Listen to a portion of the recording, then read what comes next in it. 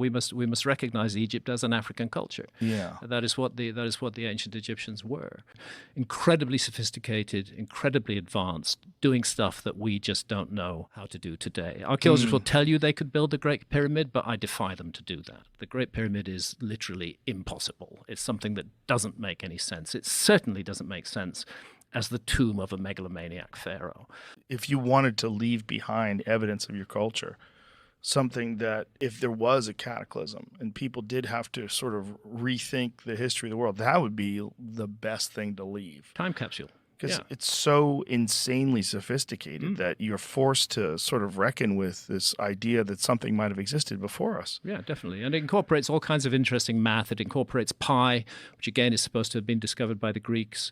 It incorporates the dimensions of the Earth on a particular scale. It was intended to transmit information to the future. And that's one of the reasons why it's so big and so enormous, and why we keep on finding new chambers and passageways inside the Great Pyramid. They're using the latest tech, and they've identified a second Grand Gallery above the Grand Gallery. The Grand Gallery is one of the wonderful features of the Great Pyramid. Now we know there's a second one above it that hasn't been explored yet, and that's a result of scanned pyramids. There's corridors and passageways that we didn't know were there. So the Great Pyramid is gradually, bit by bit, revealing its secrets. And how can humans get into it? Very good question.